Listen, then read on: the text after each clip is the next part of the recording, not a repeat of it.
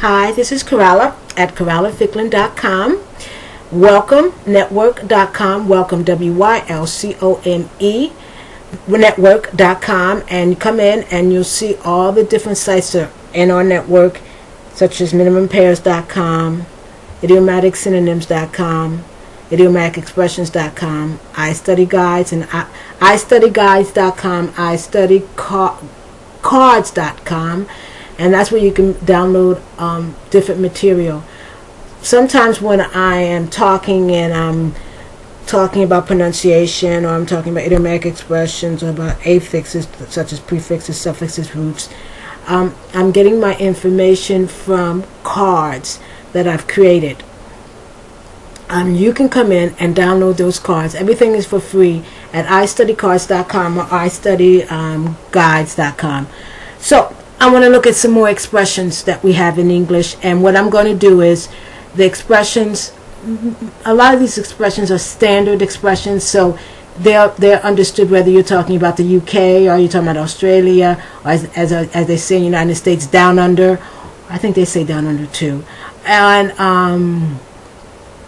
down under or United States or Canada or Jamaica or South Africa.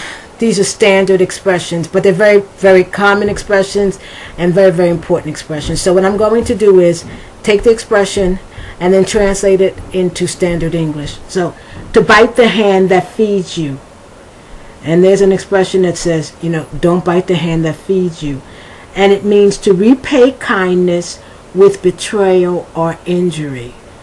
Okay? Or it could mean that you don't go against the person who is responsible for your livelihood, who's giving you money. Okay? That's biting the hand that feeds you. To bleed someone, whoever that someone is, that's what you put in there. Someone dry. To bleed someone dry means to take everything that someone has. To take everything that someone has.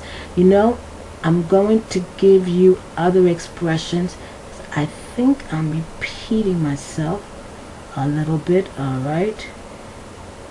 Let me see here. Okay, to beat the bushes. All right. Now, to beat has a lot of expressions to it. All right. And let me just give you to beat the bushes. And okay, to search, to scout, to look for, to search out. If someone says, you know what, I don't care what it takes, go out there and beat the bushes, but find what I need. Okay? They don't mean literally to beat the bushes, although it could mean literally beat the bushes. All right? All right. To beat off, to ward off, or to repulse. If you beat someone off, or you beat off the criminal, or you beat off the invading army, you're able to repulse it, you're able to stop it. Okay? To beat down, or to beat someone down means to bring into subjection, to subdue, to persuade, to wear down. Let's see what else. To wear down one's resistance. So if I beat him down, I'm able to either literally or literally, which means physically, or figuratively, to stop the person. If I wear you down, I keep going again and again and again until you stop. Okay? To beat back means to force or compel someone to go back, to retreat. If you beat back the invading army, you force that army to go back or to retreat. Okay. To be the tip of the iceberg means that the problem that you see at hand, means that the problem that you now see is only a very small part. It means that the problem is much bigger than what you see it to be. Okay, let's see. I don't want to repeat from other videos that I've given you. All right, so I've given you to beat the bushes. All right, To bend back. All right, to bend back. To curve back. To return to its original form or shape. And that could be literally, you know, you take something and you bend it back. You take it and you make it go back to its original. Let's say it's been curved and you put it back into its original shape. To bend back. To bend over. To bow in a downward position, to stoop. You have to be careful with this particular expression because it can be used in a vulgar manner. But to bend over can also be used correctly or not in a vulgar manner, right? To bend over backwards, and then I have in parentheses to. If you bend over backwards to do something, you do the impossible. Like I said, you know, I can't help you anymore. I have bent over backwards to help you, and it doesn't seem to do any good. That means I've done everything possible, even the impossible, to help you, and it doesn't help. All right. Okay. Another meaning would be to go beyond what is expected in order to accomplish a task. Okay. To come undone.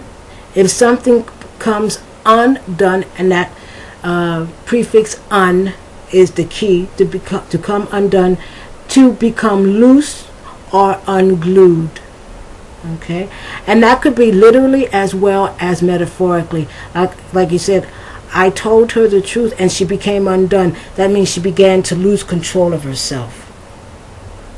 Okay, to come up against, to come up against, to stumble, bump, or fall against. Now, once again, that could be literal as well as figurative. To come up. If something comes up, to be mentioned, to be referred to be discussed. Okay, for example, something happens. You're talking about something, and all at once the conversation begins to change, and you say, oh, why did you bring that up, or how did that come up? A particular subject that probably no one wanted to talk about, to come up. Or how did that come up? Or how did you begin to talk about that particular matter? Okay. To come up to approach, to compare. To approach someone means he's coming up to me. That means he's walking in my direction. He's coming up to me. To compare, that's a little bit different. For example, someone says, well, she doesn't come up to her father. That is, in comparison to her father, let's say they do the same thing. They're both scholars. Okay, they're both college professors. And they've both written books. But he's written 100 books, and she's only written 50. So that she doesn't compare, that she doesn't come up to her father. She doesn't approach his level of scholarship. To be flat on one's back. To be flat on one's back. Now, it could literally mean that you're laying down and you're flat on your back. But when you're flat on your back, think about it. You are in an helpless position. Okay? But it usually is used figuratively or metaphorically, and it means to be helpless, to be defeated, or to be beaten. And when you're beaten, that means that you have lost. And to be flat on one's back means you've lost totally. Okay. To be behind someone. To be behind someone. To be in secret. To do in one's absence or without one's knowledge. For example, I'm not going to use the verb to be. Okay. Well, if you're behind the murder, if you are, so I'm going to use the verb to be. If you're behind the murder or you're behind the assassination, no one knows that you did it. Okay? You might not be the one who pulled the trigger, but you're behind everything. You're the one, the author. You're the one who originated everything, or started everything. Okay. I'm out of time again, so this is Corella Ficklin at CorellaFicklin.com.